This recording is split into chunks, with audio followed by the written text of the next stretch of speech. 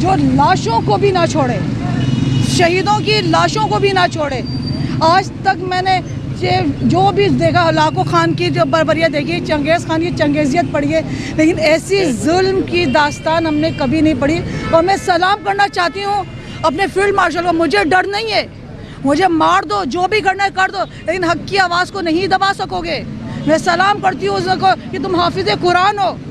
قرآن کی آیاتیں تم کہتے ہو تمہارے سینے میں، تمہیں قرآن کی وہ آیات یاد نہیں آئی کہ جس میں اللہ تعالیٰ کہتا ہے کہ اے مسلمانوں، یہود و نصارہ کو دوست نہ بناؤ، یہ تمہارے دشمن ہیں، یہ تو کبھی تمہارے نہیں ہو سکتے.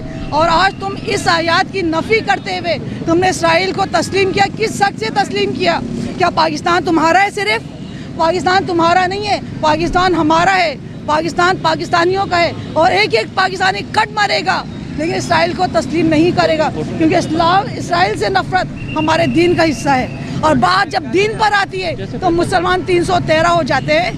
ہر مسلمان ڈالر ہی نہیں ہوتا، ہر مسلمان، ہر پاکستانی